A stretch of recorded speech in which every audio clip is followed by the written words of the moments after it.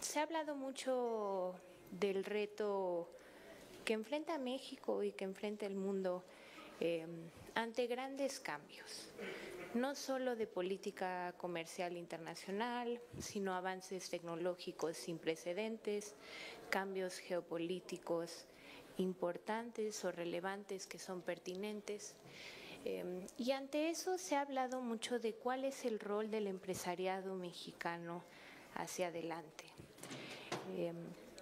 Y la realidad es que desde hace más de un año el empresariado mexicano se sumó de diferentes formas al ejercicio de diálogos por la transformación, que fue un ejercicio no partidista, ni siquiera incluso político, de hablar con los distintos sectores de la población, en este caso el sector empresarial, cámaras, asociaciones, representaciones comerciales de distintos países, empresas tractoras que están en los estados de nuestro país, y coincidir en 3 puntos fundamentales.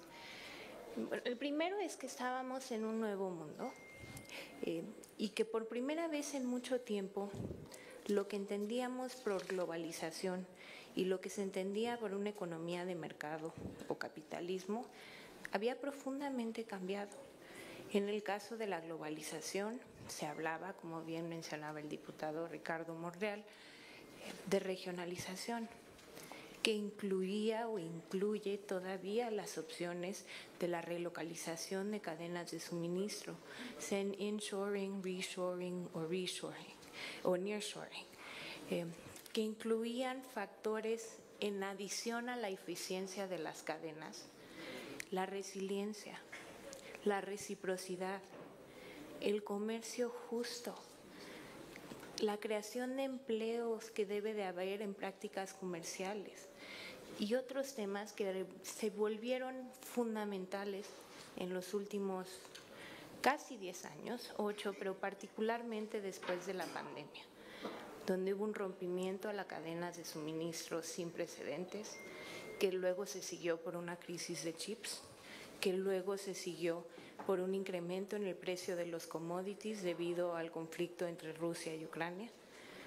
y que ha venido, digamos, por unas u otras razones, recrudeciendo la necesidad no solo otra vez de entender esta nueva forma de globalización, sino de actuar en consecuencia. El segundo es el tema un poco de lo que se entendía por la economía del mercado, donde por mucho tiempo, y esto no solo en México, también en el mundo, se creyó que la mejor política industrial era no tener política y que era importante dejar que el mercado se autorregulara. Y esto ha venido, o es una concepción que se ha esfumado. No quiere decir que la iniciativa privada pierda relevancia, al contrario. Es un reconocimiento que los grandes problemas sociales, ambientales, locales y globales solo se resuelven de la mano de la iniciativa privada. Y en ese sentido, el compromiso de la iniciativa privada no solo puede ser la rentabilidad financiera. Tiene que pasar por el llamado ASG, el compromiso o rentabilidad ambiental, la rentabilidad social y el compromiso que deben tener las empresas con las gobernanzas. Y en ese sentido, 2025, a pesar de los anuncios de posibles aranceles, México tiene los desafíos de cada uno de estos municipios y las oportunidades que cada uno presenta para que se exponencie el desarrollo económico, pues son bien distintas. Y en ese sentido, por una parte, la planeación no podría ser central. Desde Ciudad de México no podemos pretender saber, sin estar allá o sin consultar con empresarios locales, cuáles son los mayores retos y cuáles son las mayores oportunidades de las distintas regiones en México. Y por otra parte, que es algo que se ha especificado mucho, no solo es importante la política industrial, sino también la planeación conjunta. En México tenemos el Plan Nacional de Desarrollo, que es un proyecto a 6 años. Tenemos el Plan Nacional Hídrico a 10 años, tenemos el PRODECEN, que es el energético, a 15 años, tenemos el Plan Nacional de Ordenamiento Territorial a 20 años, tenemos el Plan Nacional de Infraestructuras, proyecto a 5 años.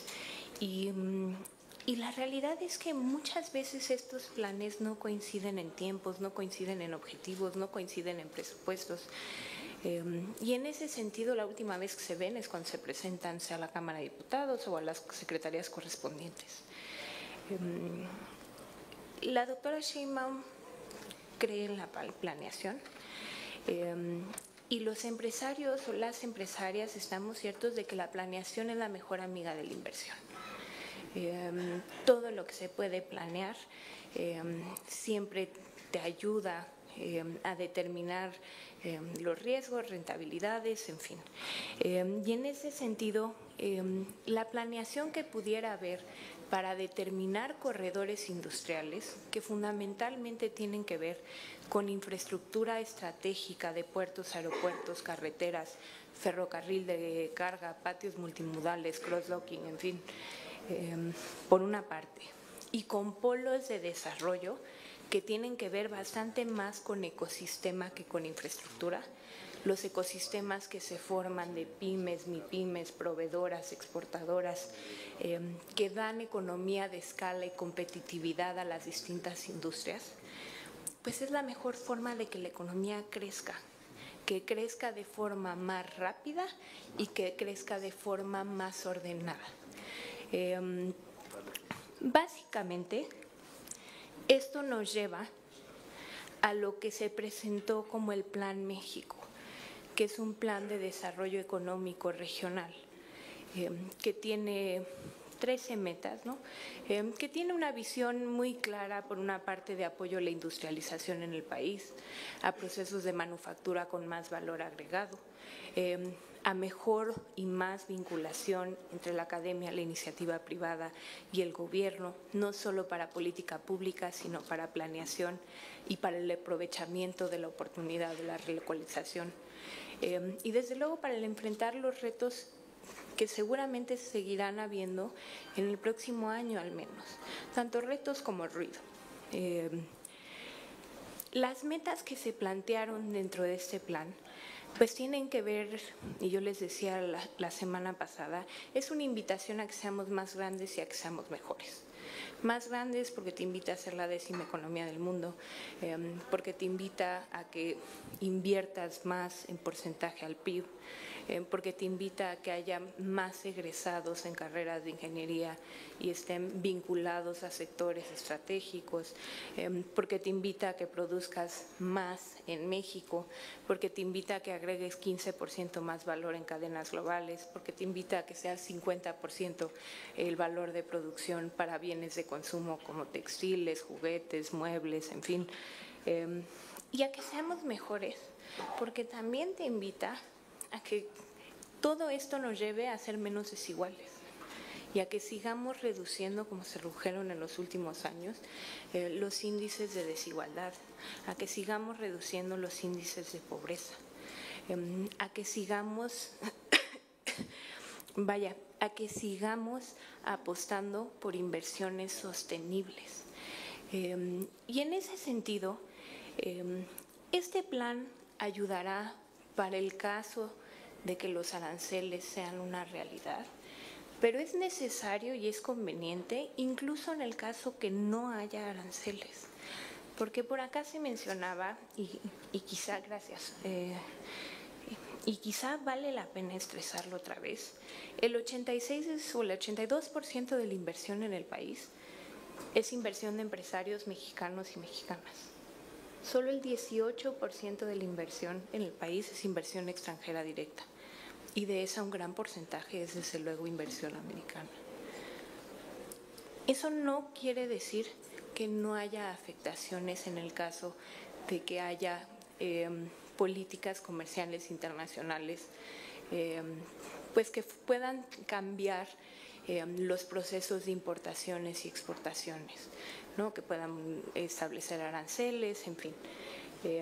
Tendríamos que en su momento evaluar cómo vienen las órdenes ejecutivas, porque tampoco es lo más responsable, más allá de que estemos preparados para distintos escenarios, hacer predicciones de movimientos de PIB cuando no sabemos a qué países los va a poner.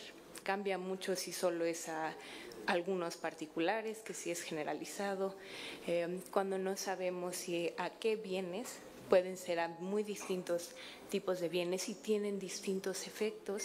Ayer lo decía el secretario Marcelo, en el caso del acero, Estados Unidos es superavitario. El 52% de lo que Estados Unidos exporta en acero es precisamente a consumidores en México. México importa mucho menos de lo que, México exporta mucho menos de lo que importa en términos de acero y aluminio. Entonces, las métricas pues, se tienen que evaluar en lo particular, aunque desde luego se tienen que tener propuestas para lo general. ¿A qué nos invita también el Plan México? Actualmente hay 24 programas sectoriales. Tenemos el IMEX, tenemos la regla octava, tenemos el capítulo 98 y tenemos un convenio especial para importar y exportar motos y televisiones. Y cuando nosotros vemos qué industrias o qué sectores han sido o han tenido más crecimiento en el país, podemos decir de forma indiscutible que son los que han tenido algún tipo de programa de política industrial. Otra vez sea el IMEX, sea la regla octava, algún tipo de política tuvieron. Y fueron precisamente los sectores de manufactura los que crecieron más. Y podemos hablar del sector automotriz, donde somos el primer productor de vehículos pesados exportadores del mundo, ¿no? Con los tractocamiones, o el cuarto de vehículos ligeros, o el sexto de autopartes, o el cuarto de dispositivos médicos, o el primero de pantallas, en fin, el noveno de productos aeroespaciales, sexto en turismo. Pero también podemos decir que hacia adelante tiene que haber grandes apuestas dentro de estos sectores, de metas que sean prioridad para todos los actores, sean empresarios, sea gobierno, sean universidades. Y en ese sentido, quizá uno de los méritos del Plan México es que fue un plan que se hizo con todos y que está pensado para que todos tengan una responsabilidad dentro de él.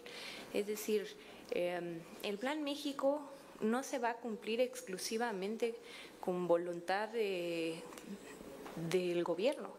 Es sobre todo una invitación a los empresarios a ser protagonistas de prioridades en conjunto. Y entonces, por ejemplo, ves en la industria automotriz la oportunidad de que se produzcan, entiendo que 15%, no sé si 10% pusimos o 15% más automotrices para consumo nacional, porque el 85% de lo que producimos es para exportación. No es que queramos producir menos para exportación, es que también queremos que algo de lo que consume nuestro mercado se produzca aquí. Vemos, por ejemplo, el proyecto estratégico que lanza la presidenta para que un mini coche eléctrico sea diseñado y manufacturado aquí. Y vemos también una alianza histórica entre el Poli, el tecnológico, para hacerlo realidad. Y por cierto, ahí también habrá iniciativa privada. Y así se ha planteado, incluso públicamente. Vemos en el caso de farmacéutica y dispositivos médicos metas muy específicas, no solo para que se produzcan vacunas aquí, en llenado, etiquetado, en fin, cosas en las que podemos hacer relativamente rápido, ¿no? Que las sábanas de los hospitales no se compren en China, se hagan en México, o las cofias, en fin, hay cosas que se pueden hacer mucho más rápido, cosas que tardarán años en hacerse, y luego cosas las que todos tenemos que poner prioridad, como el caso de la investigación clínica. Traer inversiones de investigación clínica a México son particularmente importantes por el tipo de empleo que genera, por la transferencia tecnológica que genera. Y en adición a esto, porque hay compañías que han estado ávidas de hacerlo, porque México es uno de los mercados más importantes y la investigación tendría que salir de aquí para atender las problemáticas de la población de aquí. Y lo están haciendo en otros países, particularmente de América Latina, para atender a la población latinoamericana. Cuando lo quieren y lo pueden estar haciendo aquí, y si todos priorizamos que eso llegue a México, puede ser una realidad pronto. Creo que me quedan 3 minutos. Entonces, pues termino por decirles que más allá de las metas particulares de los distintos sectores, que incluso tienen algunas métricas, que tienen responsables, yo creo que hay 3 cosas que nos tenemos que llevar de aquí. Y esa es, y también las tuve oportunidad de comentarlas la semana pasada en la reunión con empresarios. La primera es que México puede y debe ser líder en la resolución de problemáticas compartidas que se están enfrentando a nivel mundial. Tanto en temas de comercio justo en la región y en el mundo, como en temas de migración, en temas de seguridad y en temas de salud pública. Todos, desde nuestro ámbito, tenemos que dar un paso al frente, sí con unidad, pero también con propuestas y resoluciones hacia el futuro. Lo segundo es que hay un equipo preparado y en eso creo que los empresarios tenemos mucha confianza en lo que se ha estado haciendo por parte del gobierno. Hay comunicación constante, no solo de las cámaras, las asociaciones, CCE, Coparmex, en fin, Asociación de Bancos de México, American Chamber of Commerce, Consejo de Empresas Globales, sino también con las empresas tractoras, grandes, medianas, incluso tratamos de tener algunos contactos con las chicas en las localidades distintas para entender qué afectaciones pueden tener y cómo las podemos ayudar. Y creo que hacia adelante mantener la comunicación es importante. Y así como les digo que los empresarios están confiando en que esto se maneja con responsabilidad, que esto se manejará con preparación, que esto se está manejando por personas capaces y comprometidas para que salga bien, creo que también es una invitación para que al revés, para que desde el gobierno y en general desde la sociedad veamos a los empresarios como aliados. Y también lo mencioné el otro día, pero como personas y empresas que están comprometidos con el país porque lo quieren y que van a seguir invirtiendo en México con propósito, con patriotismo, con compromiso desde luego y con visión de largo plazo. Sabemos que va a haber ruido y que no necesariamente será fácil todos los días. Pero también sabemos que México es la única apuesta que nunca nos va a fallar. Sí. Bueno, la primera es en torno a mejoras regulatorias y qué se puede hacer. Más allá de decirles que todos tienen de tarea llevarse la lectura del Plan México, porque sí hay algunas iniciativas particulares que pasan desde luego por ustedes. Y aquí mezclarle un poquito con el comentario del investigador Samuel. También es cierto que el plan, digamos, visto de una forma global, tiene 3 componentes o resalta 3 pilares. Uno, desde luego, es la política industrial y hay una propuesta muy concreta, tanto el tema del decreto de relocalización y educación dual, porque tiene una parte para inversión en capacidades incrementales de activos fijos con depreciación acelerada, que también está vinculada a la capacitación, particularmente en temas de educación dual, capacitación laboral, etcétera, etcétera. En el mismo decreto, porque vaya, la meta sí es que haya más inversiones en activos fijos, pero también lo es que como dijimos, que se invierta más en investigación y desarrollo, que cada vez nuestros trabajadores, nuestras trabajadoras sean más calificados, ¿no? Porque sí tenemos que reducir esa percepción de que no estamos suficientemente especializados y o suficientemente experimentados para los sectores de manufactura especializada de más alto nivel. Entonces, ese es el primer decreto. El segundo, que según el plan debe de salir pues, en las próximas semanas, es precisamente el decreto de polos de desarrollo de bienestar, de PODEBIS, que contempla 4 elementos particulares.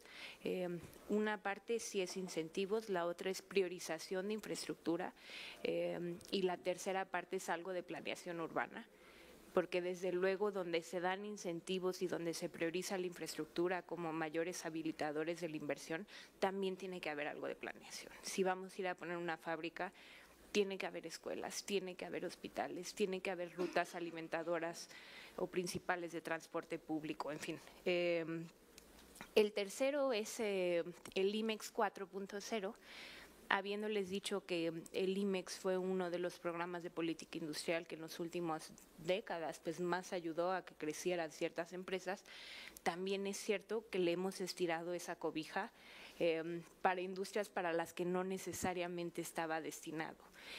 Y esto en algunos casos ha llevado a excesos, en otros ha llevado a abusos y en otros ha llevado a prácticas que no queremos seguir fomentando.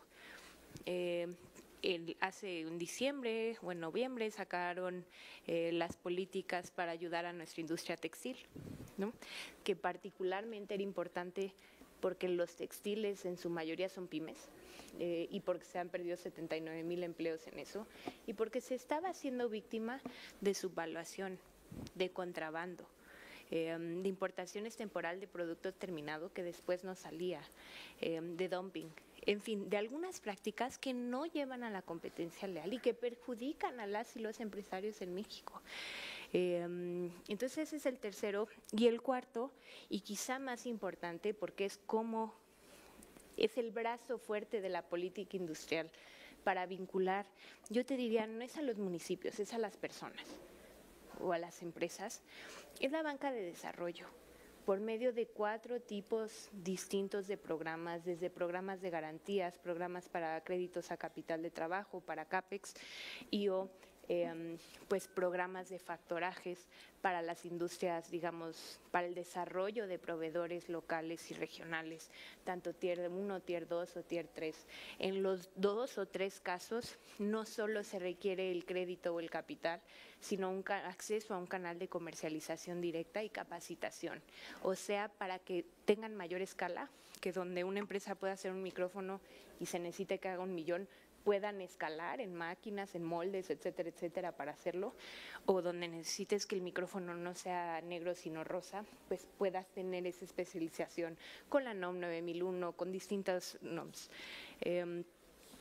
Lo segundo, pues obviamente, más allá de que comente sobre su perspectiva de lo que sucede ideológicamente en Estados Unidos, la realidad es, y voy a mezclar su pregunta con la de proteccionismo por allá. En lo que sí coincido con ustedes en que no se puede actuar de la misma forma ante distintas circunstancias. Y un poco con eso empezó la ponencia. El mundo cambió en términos de lo que se entiende por globalización, en términos de lo que se espera de un mercado de capitales. Y en ese sentido yo lo que le diría es, particularmente en términos de comercio y comercio justo, también es cierto que la globalización, digamos, en algunos casos fue víctima de su propio éxito y que por llevar los precios más bajos al consumidor final, sí hubo un cambio hacia favorecer más a los importadores que a los productores en alguna parte del mundo, ¿no? Y en ese sentido, se llevó a algunos excesos, bueno, ese algunos, pero particularmente en manufactura, y voy a volver al ejemplo de textil porque es muy claro, donde te estaban importando pantalones de mezclilla más baratos que lo que cuesta el algodón para hacerlos, el algodón siendo un commodity. Entonces, ahí no se está hablando de comercio libre, porque no se está hablando de comercio justo. Y la Organización Mundial de Comercio tiene bien establecida cuáles son prácticas leales y cuáles son prácticas desleales de comercio. Desde temas de producción subsidiada, hasta temas de dumping, temas de subvaluaciones, dumping siendo que vendan debajo del costo de producción, temas de subvaluaciones, temas de contrabando puro y duro, ¿no? O sea, puede ser contrabando técnico, puede ser contrabando de varias formas, pero vaya contrabando. Y en ese sentido, los cambios siempre son un buen momento para evaluar y reevaluar dónde podemos mejorar. Y en el caso de México, para no meterme al caso de Estados Unidos, sí hay muchas áreas de oportunidad, y Marilyn lo decía en el tema de las aduanas, y hay muchas áreas de oportunidad en el tema de las aduanas, pero también hay muchas áreas de oportunidad si logramos conjuntar los planes de política industrial, ¿no? Estos IMEX, con la política comercial, que tiene fundamentalmente que ver con los tratados de libre comercio, con los APRIs, con las NOMS, y desde luego con los habilitadores, que tienen que ver sobre todo con infraestructura, con energía, con agua y con capacitación de nuestra gente. Esos son los tres grandes habilitadores para que haya inversión. Y en ese sentido, yo sí considero que más allá de que intentemos entender lo que están haciendo en otros países, sí tenemos que, por una parte, ser capaces de prepararnos para las distintas decisiones que se puedan tomar, porque por acá decían, se pueden hacer de forma unilateral. Bueno, ese es un poquito la naturaleza de un arancel, ¿no? Desde luego, cuando estás además vinculado por medio de algún otro tipo de tratado, pues se entendería que tendría que ser en el marco de ese acuerdo, ¿no? Pero vaya, tenemos que estar preparados, que ese es nuestro tema. Dos, sí tenemos que, sea el escenario que sea, y por acá me preguntaban cuál va a ser el impacto de los aranceles, y voy a volver a decir lo que dije, depende, porque no es lo mismo si imponen 25% solo a México y a Canadá que si imponen aranceles universales, ¿no? Donde México pues sigue siendo más competitivo en relación con los demás países. Tenemos que medir también el impacto, y entiendo que viene el subsecretario en un ratito, del tipo de cambio, porque si hay alguna depreciación, lo que pierdes en competitividad con un arancel lo puedes ganar con la depreciación del peso. ¿Sí me explico? Depende de cuánto suba. Hay muchos distintos factores, depende cuánto duren. Si nosotros vamos hacia lo histórico para, digamos, intentar hacer un assessment de cómo vendría en el futuro, pues las únicas veces que ha habido aranceles generalizados han durado meses, ¿no? O sea, no es un tema a largo plazo, ha durado meses y ha ido en función de una negociación más grande. Puede ser una negociación más grande para el puro tema de comercio, puede ser una negociación más grande para temas de problemáticas compartidas. Y en ese sentido, por acá me decían que tenía que ver con migración y con seguridad. Tiene que ver con temas de problemáticas compartidas de vecinos.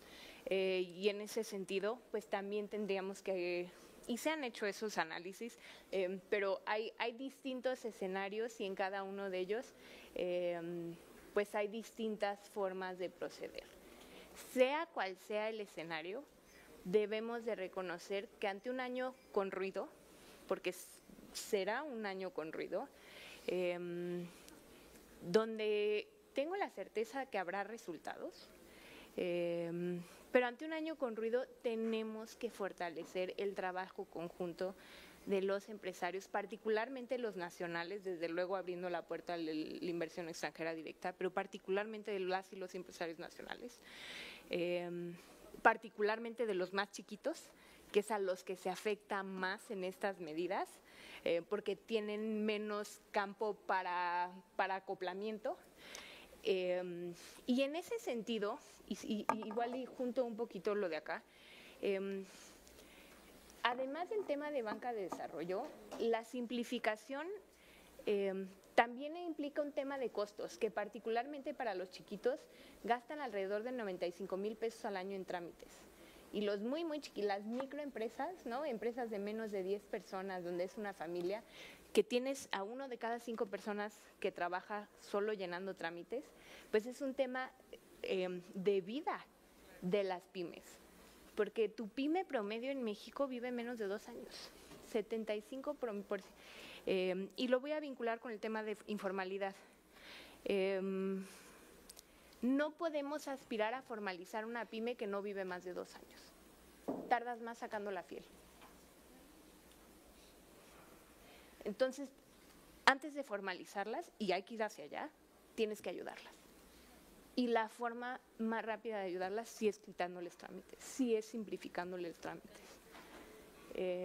Eso por una parte. La otra es la digitalización de la economía. La digitalización es uno de los fuertes y uno de los principios y prioridades de este gobierno. Y la realidad es que se va a volver el triple de importante para que se pueda mantener e incrementar el acceso a créditos. Tiene que haber algo más de trazabilidad. Y en ese sentido, y también es una de las metas del Plan México, que el 30% de las pymes tengan acceso a financiamiento, y una de las acciones que se estipuló de enero a abril es la firma de un convenio entre la Asociación de Bancos de México, el Banco de México, Secretaría de Hacienda y alguien más, Banca de Desarrollo, precisamente para que podamos democratizar el crédito, el acceso al crédito, y podamos hacer un impulso decidido todos desde nuestra trinchera a la digitalización. El tema de medios de comunicación, creo que a ver, yo considero que desde luego la libertad de expresión, la libertad de prensa es un derecho humano fundamental en términos de libertades, y en ese sentido hay que celebrar todas las opiniones. ¿Cuál es el rol de los medios de comunicación? Pues creo que son dos. Los medios de comunicación tienen la enorme responsabilidad de informarnos y tienen la enorme responsabilidad de inspirarnos. Y cuando hablo de informarnos, sí es una información que a veces es crítica, sí es información que a veces no gusta. Y cuando hablo de inspirarnos, no me refiero a que hablen de grandes líderes políticos o empresariales. Hablo de que se pueda resaltar la belleza de la persona que barre la calle en Reforma y que por eso Reforma está limpia, de la madre de familia que saca adelante a sus 3 hijos, a sus 5 hijos y además cuida a sus papás. Hay grandes historias en México, y más en tiempos de adversidad hay enormes ejemplos de resiliencia, de valentía, de fortaleza, y eso sí los debiéramos estar destacando constantemente. Entonces, pero creo que eso, pues la línea editorial de cada medio de comunicación es, desde luego depende de ellos, y desde el lado del empresariado, entendiendo que estas son empresas, pues no hay más que respetar lo que haga cada medio, y que cada uno de nosotros haga nuestra parte. Nosotros queremos hablar de unidad, hablemos de unidad. Queremos decir que la gente invierta en México. Pues yo lo digo porque yo tengo una planta en Jaltipan, y tengo planta en Hidalgo, y tengo planta en Tlanepantla, y tengo planta en Guadalajara, y tengo planta en Mochis, y tengo planta en Ramos Arizpe, y tengo planta en Puebla, y y sé las bondades y también sé los retos de tener esas plantas. Y cuando digo que estudian en México, pues es porque yo estudié en México. Y cuando les decimos y apuesten por México, pues es porque nosotros estamos construyendo 14 instalaciones y cuando hablamos con las demás personas lo podemos decir. ¿Por qué otra vez? Porque es algo en lo que creemos y es algo en lo que consideramos que somos congruentes. Cuando decimos vacaciones en México es porque tenemos un desarrollo inmobiliario en Acapulco que estamos reconstruyendo. Considero en realidad que otra vez que cada uno de nosotros nos toca contribuir pues con nuestra parte, con nuestra congruencia en donde podamos hacerlo y no hay más. O sea, a los medios les toca hacer lo suyo, supongo. ¿Y alguna me faltó? No, ¿verdad? Bueno, gracias.